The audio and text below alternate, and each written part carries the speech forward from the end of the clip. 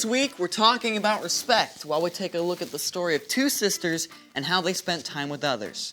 Come on, Amaya.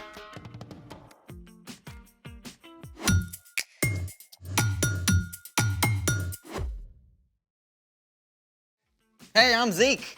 And I'm Amaya, and we're talking about respect, which is showing others they're important by what you say and do. You're important to me. I'm glad to hear But it. see, that's not enough, is it? Saying it isn't enough. I have to do something to show you're important. Okay, you could start by showing me what you planned for today. You're gonna love it. What is it? 3 guesses. I need one clue. It's cold. We're going skiing? Do you even know how to ski? The only time I tried, I sprained my ankle. Well, we're not going skiing. I need another clue.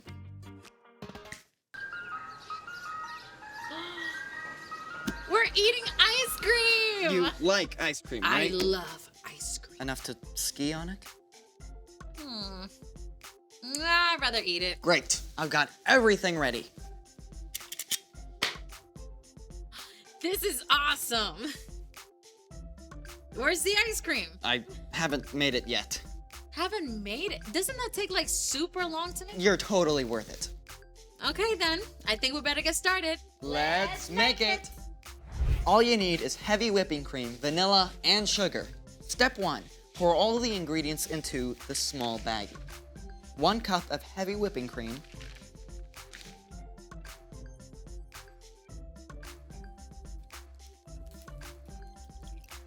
1.5 teaspoons of vanilla,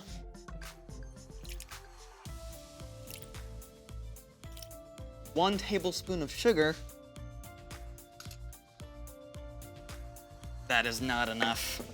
I don't think so. And now, seal the bag. Okay, but what's the salt for? I don't want salty ice cream. Okay, this is the really cool part. I mean, actually cool. So you know how you see trucks putting salt on icy roads? Yeah, I guess I thought it melts the ice or something. Nope. Salt actually lowers the melting point of ice, which takes us to step 2.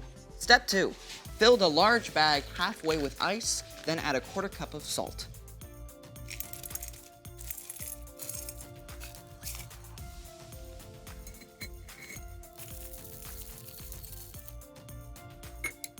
Step 3, place a small bag inside of the large bag.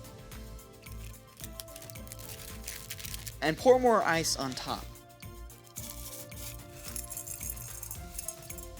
And now we seal the large bag.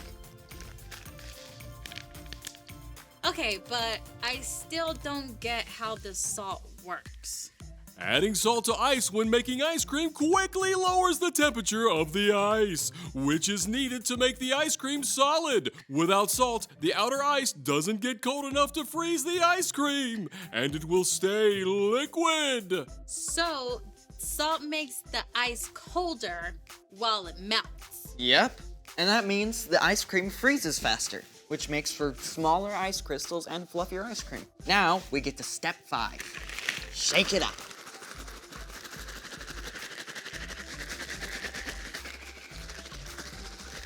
For how long? As long as it takes.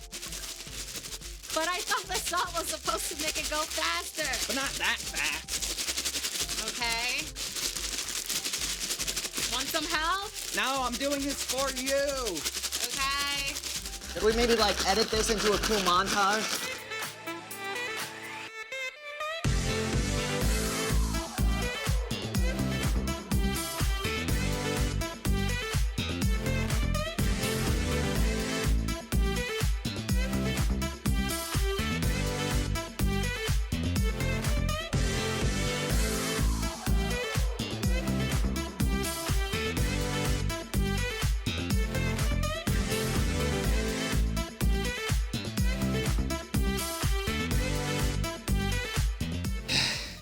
Is it done yet?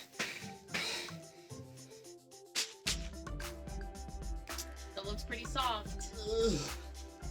I guess I better keep shaking it then. Alright. While you do that, it's time for The story before the story. Today we're in Luke, the third book in the New Testament. But before Luke, in the very beginning, out of a deep, deep love, God made an amazing world. But when people turned away from God, the world was broken. God made a plan to draw people back into relationship. So, at the right time, God sent a tiny baby to be born in the small town of Bethlehem, God's very own son, Jesus. When Jesus grew up, he began to travel from town to town, teaching and healing, which is where our story starts. Take it away. Hey everyone, you can call me Brian. Hey, Brian. One day, as Jesus was walking with his disciples, he arrived in the town of Bethany, where a woman named Martha welcomed him into her home. Martha and her sister Mary and brother Lazarus were close friends and followers of Jesus. They knew what an honor it was for him to visit their home. Jesus, you sit right here. I know you must be starving after such a long day. Dinner will be ready soon, but here are some raisins and figs, and Mary just brought cool water from the well. Let me know if you need anything at all. It was common for men to sit at the feet of Jewish rabbis and learn from them, so Lazarus and the other men crowded around to hear Jesus speak, while Martha and Mary worked to prepare a meal for Jesus. Martha must have put every ounce of energy into cooking the best food possible. But after a while, Mary left the kitchen to come and sit down at Jesus' feet just like the men. Now, as the afternoon wore on, Martha kicked into high gear. Boy, she chopped, she roasted, she basted, she baked, she cleaned, and she decorated, flying from one task to the next.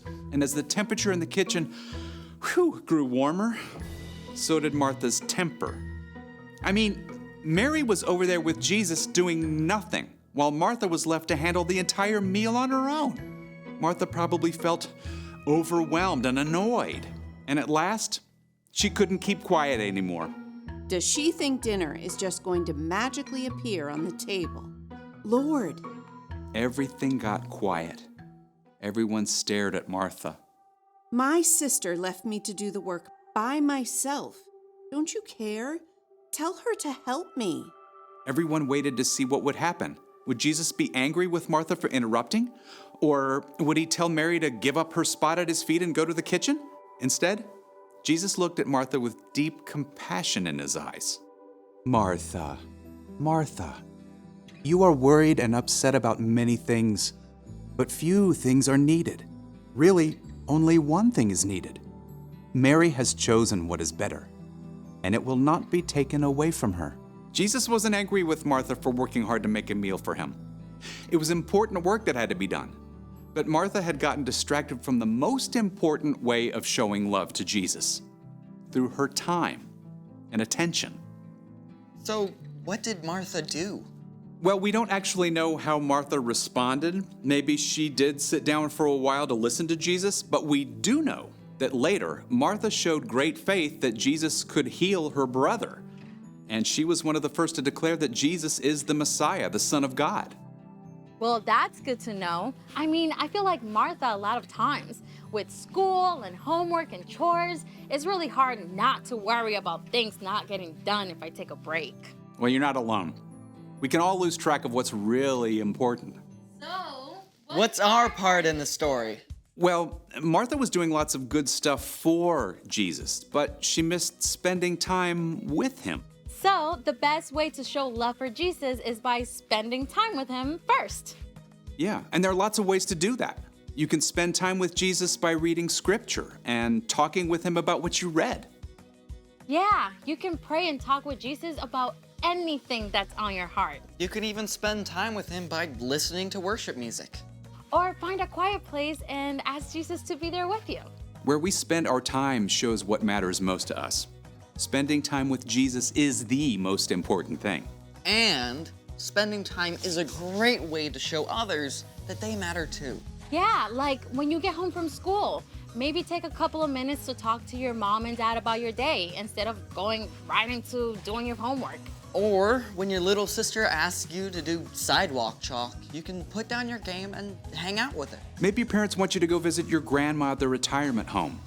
You might be tempted to grumble, but remember, that when you take time to listen to her stories, you show how important she really is. That's a lot to think about. It sure is.